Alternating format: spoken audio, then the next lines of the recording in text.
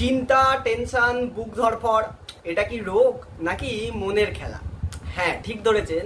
এটা স্ট্রেস আর অ্যাংজাইটি।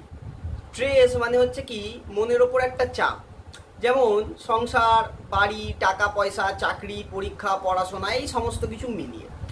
আর অ্যাংজাইটি মানে সেই চাপের জন্য আসা ভয়, যেটা বুকের মধ্যে মাঝে মাঝে কাঁপন তোলে, শ্বাস আটকে দেয়, মাঝে মাঝে ঘাম ঝরায়, রাতে ঘুমও কেড়ে নেয়। স্ট্রেস এলে বিশ্রাম নিন ভালো করে, দিনে 8 থেকে 10 ঘন্টা ঘুমান। অ্যাংজাইটিতে গভীরভাবে শ্বাস নিন, নাক দিয়ে নিঃশ্বাস নিন আর মুখ দিয়ে ছাড়ুন।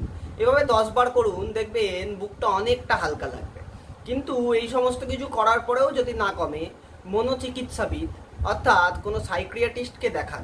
দেখাতে দ্বিধা করবেন না, কারণ এটা দুর্বলতা নয়, এটা নিজের জন্য দায়িত্ব। তাই ভয়কে বলুন আর নয়, আর স্ট্রেসকে বলুন বিদায়। আর এইরকমই স্বাস্থ্য সচেতনামূলক টিপস পেতে অবশ্যই ফলো করুন আমার চ্যানেল। লাইক করুন, শেয়ার করুন অ্যান্ড সাবস্ক্রাইব করুন, এবং তাদেরকে পাঠান যারা এটা নিয়ে ভয় পায়।